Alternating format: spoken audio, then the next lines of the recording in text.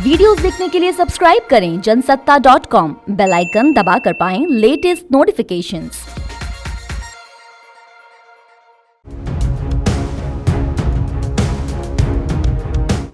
पहले बंगाल के चाणक्य, फिर ममता के विभीषण और अब बंगाल में बीजेपी का ब्रह्मास्त्र मुकुल रॉय। जी हां, चाणक्य, विभीषण और ब्रह्मास्त्र। पश्चिम बंगाल के राजनीतिक गलियारों में इन दिनों लोग अपनी अपनी सहूलियत के हिसाब से मुकुल रॉय को इन्हीं तीन में से कोई एक उपाधि दे रहे हैं।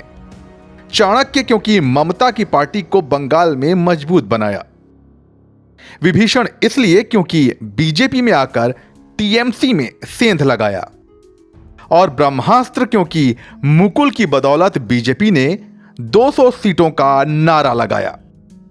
नमस्कार, जनसत्ता में आपका स्वागत है और आज हम आपको दिखाने जा रहे हैं कहानी मुकुल रॉय की। तो चलिए शुरू करते हैं।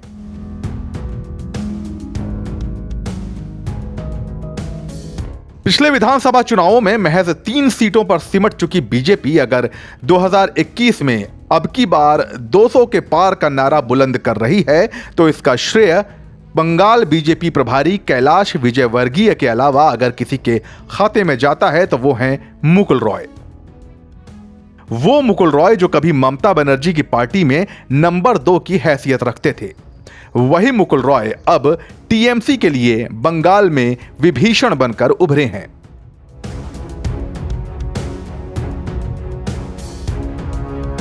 अब मुकुल रॉय की इतनी बात हो ही गई है तो लगे हाथों एक नजर उनके राजनीतिक सफर पर भी डाल ही लेते हैं। 66 वर्षीय मुकुल रॉय ने युवक कांग्रेस से राजनीति की शुरुआत की थी। 1998 में जब ममता बनर्जी ने कांग्रेस से अलग होकर टीएमसी का निर्माण किया तो मुकुल रॉय टीएमसी में शामिल हो गए थे, जिसके बाद मुकुल रॉय दिल्ली में पार्टी के प्रमुख चेहरे माने गए थे।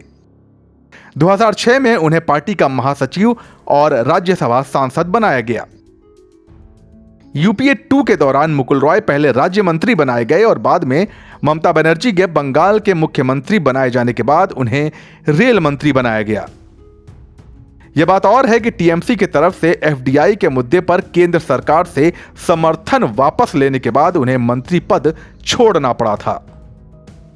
2015 तक मुकुल रॉय और ममता दीदी के बीच ऑल इज वेल था, मगर वो कहते हैं ना कि रिश्तों को भी नजर लग जाती है। इस रिश्ते के साथ भी कुछ ऐसा ही हुआ। पहले शारदा चिट फंड घोटाला और फिर नारद स्टिंग ऑपरेशन में मुकुल रॉय के शामिल होने की खबरों के बीच ममता बनर्जी के साथ उनके रिश्ते बनने बिगड़ने वाले हो गए, बल्कि यूं कहें कि बिगड़ते ही चले गए।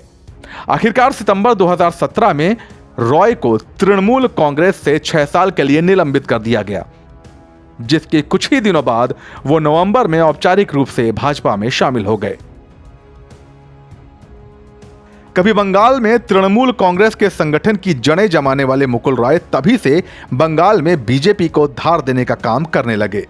2019 के लोकसभा चुनाव में बीजेपी की सफलता के पीछे मुकुल रॉय का अहम योगदान माना जाता है। मुकुल रॉय के बीजेपी में जाने के बाद से ही पिछले कुछ सालों में शुभेंदु अधिकारी, दिनेश त्रिवेदी, अर्जुन सिंह, राजीव बनर्जी, सौमित्र खान, भारती घोष, सव्यसाची दत्ता, अनुपम हजारा और शोभन बनर्जी जैसे नेताओं ने बीजेपी का दामन थाम लिया, और अब मुकुल रॉय की निगरानी में बंगाल बीजेपी इतनी मजबूत हो चुकी है कि नंदीग्राम जैसे ममता के मजबूत किले में उन्हें ताल ठोंककर चुनौती दे रही है। मुकुल रॉय की यह कहानी आपको कैसी लगी हमें कमेंट सेक्शन में जरूर बताइएगा और ऐसे ही तमाम राजनीतिक किस्सों के लिए जुड़े रहिए जनसत्ता के साथ।